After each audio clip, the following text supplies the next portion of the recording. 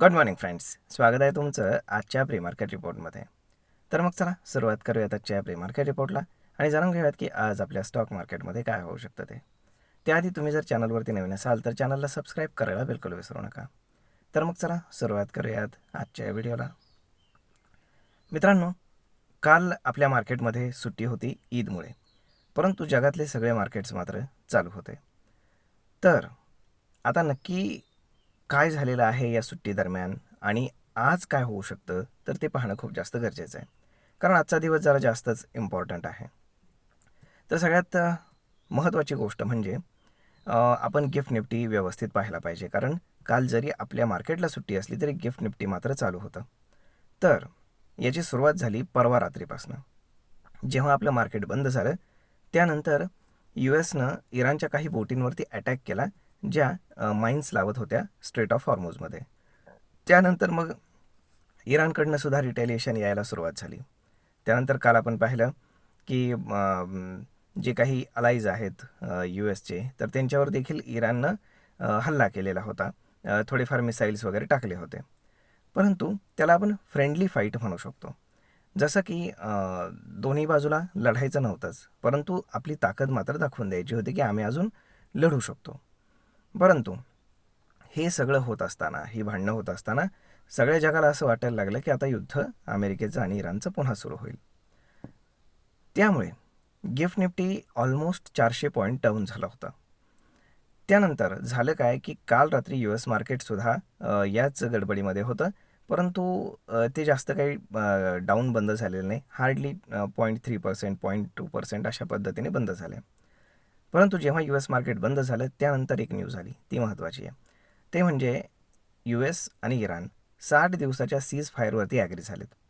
म्हणजेच काय की या 60 दिवसांदरम्यान ही जी चर्चा आहे आतापर्यंत चालू असलेली ती पुढेही चालू राहील. आणि दोन्ही देश ॲग्री झालेले आहेत आणि इराणकडनं सुद्धा दुजोरा आलेला आहे, त्याला जास्त महत्त्व आहे. ट्रम्प काय म्हणतात याला महत्त्व नाही. आता या ॲग्रीमेंटमध्ये नक्की आहे काय?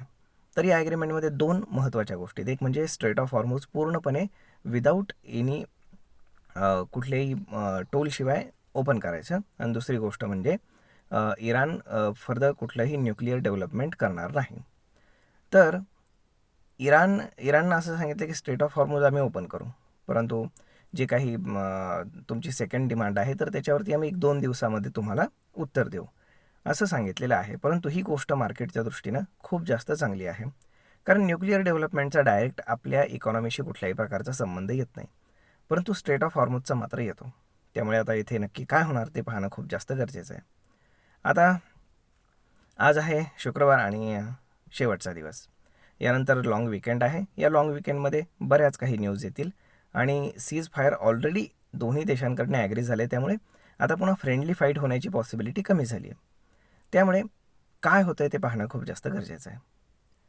जर आता आपण बाकीच्या गोष्टी पाहिल्या तर पूर्ण वर्ल्ड मार्केटमध्ये तर फार जास्त काही काळजी करण्यासारखं नाही, सगळं व्यवस्थित आहे. US मार्केटमध्ये जर आपण पाहिलं काल रात्री तर दोन गोष्टी महत्त्वाच्या दिसतात. एक म्हणजे आपले बँकिंग स्टॉक्स जे आहेत तर ते थोडेसे निगेटिव्ह पाहायला मिळालेले आहेत, कारण HDFCचा जो प्रॉब्लेम झाला आहे त्यामुळे इकडे सुद्धा आज जे काही बँकिंग स्टॉक्स आहेत तर त्याच्यामध्ये आपल्याला एक फ्रेश सेलिंग पाहायला मिळण्याची पॉसिबिलिटी आहे.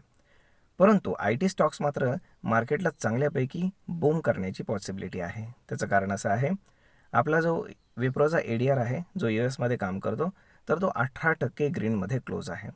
त्यानंतर इन्फोसिससुद्धा 2-3% आसपास ग्रीनमध्ये आहे. त्याचा आर्बिट्राज पाहिलं तर ऑलमोस्ट 3-4% आसपास तो इथेही वर जाऊ शकतो. तर मग असं का? तर सगळ्यात महत्त्वाची गोष्ट म्हणजे की अमेरिकेतल्या एका AI कंपनीसोबत विप्रोने एक डील केलेली आहे, ज्यामधनं जे आर्टिफिशियल इंटेलिजन्स आहे तर त्यासाठी चांगल्यापैकी मोठं काम त्यांच्या हाती आलेलं आहे. आणि या गोष्टीमुळे काय झालं आहे तर विप्रोमध्ये एक चांगल्यापैकी रॅली आपल्याला पाहायला मिळाली, ऑलमोस्ट 18% आसपास. त्यामुळे त्याचा इम्पॅक्ट आज आपल्या मार्केटमध्ये नक्कीच दिसून येईल आणि जे काही IT स्टॉक्स आहेत तर ते आज फोकसमध्ये राहतील.